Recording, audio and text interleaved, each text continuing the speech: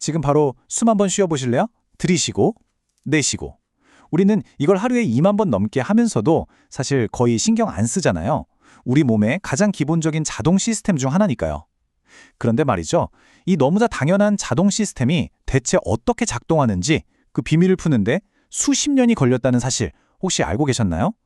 오늘은 그 엄청난 미스터리를 푼 코르네유 헤이만스의 여정, 지금부터 함께 따라가 보시죠. 네, 모든 건 바로 이 질문에서 시작됩니다.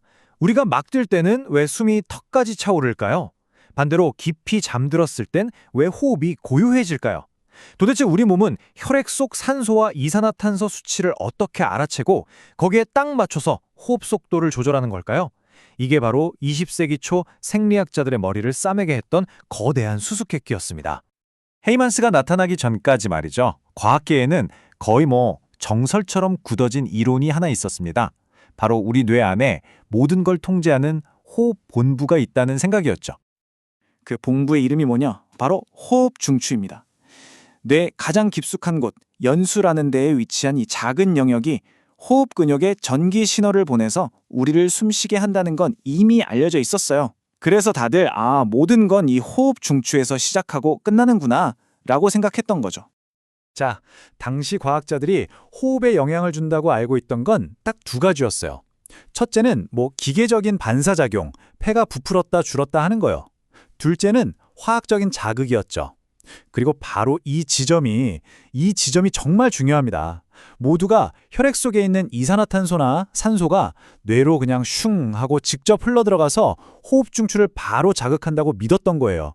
어때요? 되게 그럴싸하죠? 하지만 이게 바로 결정적인 오해였습니다.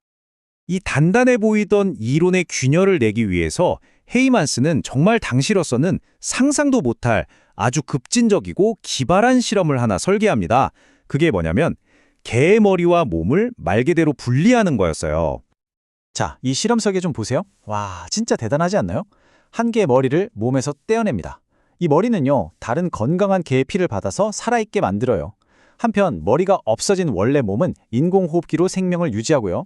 여기서 제일 중요한 거, 머리와 원래 몸을 잇는 유일한 연결선은 미주신경이라는 신경다발 딱 하나뿐이에요. 그러니까 머리로 가는 피랑 몸에 흐르는 피는 완전히 다른 거죠. 자, 이제 헤이만스가 결정적인 테스트를 합니다. 만약에 머리가 없는 저 몸의 인공호흡을 멈추면 어떻게 될까? 그럼 당연히 그 몸의 피에는 이산화탄소가 쌓이고 산소는 부족해지겠죠. 근데 이 나쁜 피는 분리된 머리로는 절대 안 가잖아요. 머리는 여전히 깨끗한 피를 받고 있으니까요. 그럼 기존 이론대로라면 머리는 아무런 변화가 없어야 맞습니다. 그렇죠? 그런데 결과는 정말 충격적이었습니다. 몸의 인공호흡을 멈추자마자 저 멀리 떨어져 있던 그 머리가 갑자기 막 더 빨리 숨을 쉬려는 듯이 움직이기 시작한 거예요. 이건 기존 이론을 그냥 완전히 박살내는 결과였어요. 몸이 피가 아닌 뭔가 다른 걸 통해서 머리한테 야, 나 지금 숨 막혀 하는 메시지를 보내고 있었다는 뜻이었으니까요. 헤이만스는 여기서 멈추지 않았습니다. 좋아, 만약 그 메시지가 유일한 연결선인 미주신경으로 전달되는 게 맞다면 그 선을 끊어버리면 어떻게 될까? 그는 바로 머리와 몸을 잇는 마지막 끈 미주신경을 절단했습니다. 바로 이거였습니다. 미주신경을 딱 자르니까 몸의 혈액 상태가 아무리 나빠져도 머리는 더 이상 꿈쩍도 안 하는 거예요. 이게 바로 유레카의 순간이었죠. 몸 어딘가에 혈액의 화학 성분을 감지하는 센서가 있고 그 정보가 미주신경이라는 전화선을 타고 뇌의 호흡 중추로 가는구나. 이게 명백해진 겁니다. 자, 이제 수사망이 확 좁혀졌습니다. 범인은 미주신경이 지나가는 길 어딘가에 있어요. 헤이만스는 이제 그 비밀 센서의 정확한 위치를 찾아 나섭니다. 그리고 아주 유력한 용의지가 딱 떠올랐죠. 그 용의지는 바로 목에 있는 경동맥동이라는 동맥 부위였습니다. 이미 다른 과학자가 이 부분이 혈압을 감지하는 센서 역할을 한다는 걸 발견했었거든요. 근데 헤이만스는 여기서 한 발 더 나아가서 이 부분의 압력 변화가 호흡에도 영향을 준다는 걸 밝혀낸 겁니다. 그러니까 여기서 헤이만스가 아주 논리적인 질문을 던지게 되는 거죠. 여기가 압력 센서라고? 그렇다면 혹시 혈액의 화학 성분을 감지하는 화학 센서도 바로 여기 같이 있는 거 아닐까? 그는 이걸 또 기가 막힌 실험으로 증명합니다. 몸 전체가 아니라 딱 이 경동맥동 부위에만 산소랑 이산화탄소 농도를 바꾼 피를 흘려보낸 거예요. 그랬더니 와, 몸 전체의 호흡이 바뀌는 겁니다. 그리고 이 부위에서 뇌로 가는 신경을 싹둑 자르니까 그 반응이 바로 멈췄어요. 이건 뭐 빼도 박도 못하는 증거였죠. 뇌 바깥, 즉 말초에 화학 센서가 있다는. 자, 이제 미스터리의 정말 마지막 조각만 남았습니다. 범인이 경동맥동 부위라는 건 알았어요. 근데 그 부위에 정확히 어떤 녀석이 이 중요한 일을 하는 걸까요? 헤이만스의 집요한 탐구는 이제 거의 현미경 수준으로 파고듭니다. 그가 딱 주목한 건 아주 작고 그때까지는 아무도 그 기능을 몰랐던 의문의 구조물이었어요. 그 이름은 바로 경동맥 소체입니다. 영어로는 글로무스 카로티쿰. 경동맥동 근처에 작게 붙어있는 조직 덩어리인데 당시만 해도 이게 뭐 하는 건지 아무도 몰랐어요. 그냥 뭐 호르몬이나 만드는 곳 아닐까 하고 추측만 할 뿐이었죠.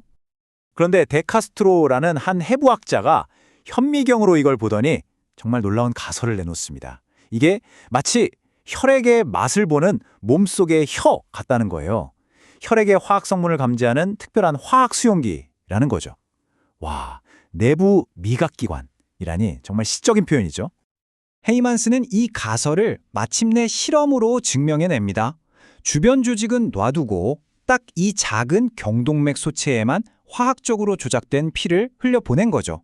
결과는요, 동문의 호흡이 즉각적으로 반응했습니다. 드디어 범인의 정체가 밝혀진 순간입니다. 우리 몸의 비밀 센서, 바로 경동맥 소체였습니다. 헤이만스의 발견은요, 단순히 호흡의 비밀 하나를 푼 것 그 이상이었어요. 이건 우리 몸이 스스로를 어떻게 조절하는지에 대한 우리 생각의 틀, 즉 패러다임을 완전히 바꿔버린 말 그대로 생리학의 새로운 장을 연 사건이었습니다. 그리고 이 발견은 아주 실용적인 결과로도 이어졌어요. 예를 들면요, 예전에는 호흡을 도와주는 약들이 전부 뇌에 직접 작용한다고만 생각했거든요. 근데 헤이만스 덕분에 로벨린이나 니코틴 같은 건 뇌가 아니라 경동맥 소체를 자극하는구나. 카디아졸 같은 건 뇌를 자극하고 또 코라민 같은 약은 둘 다를 자극하는구나. 이걸 처음으로 알게 된 거죠. 덕분에 약물 치료가 훨씬 더 정밀해질 수 있었습니다. 그리고 이 위대한 업적으로 코르네유 헤이만스는 1938년 노벨 생리의학상을 수상하는 영예를 안게 됩니다. 자, 그럼 오늘 내용 한번 정리해 볼까요? 첫째, 우리 호흡은 뇌가 그냥 자기 주변의 피만 보고 조절하는 게 아니었다는 거. 둘째, 우리 몸에는 경동맥 소체 같은 화학 수용기, 일종의 원격 화학 센서가 있다는 사실. 셋째, 이 경동맥 소체는 뇌를 대신해서 혈액의 맛을 보는 아주 중요한 마스터 센서라는 점. 그리고 이 모든 발견이 우리 몸의 자동 조절 시스템에 대한 완전히 새로운 시각을 열어줬다는 겁니다. 헤이만스는 호흡의 비밀 센서를 찾아냈습니다. 그렇다면 이런 생각도 해볼 수 있겠죠? 혈압, 체온, 혈당, 우리가 전혀 의식하지 못하는 이 수많은 생명활동들 뒤에는 또 어떤 놀랍고 신기한 비밀 센서들이 숨어서 일하고 있을까요? 어쩌면 우리 몸은 우리가 상상하는 것보다 훨씬 더 정교하고 신비로운 우주일지도 모릅니다.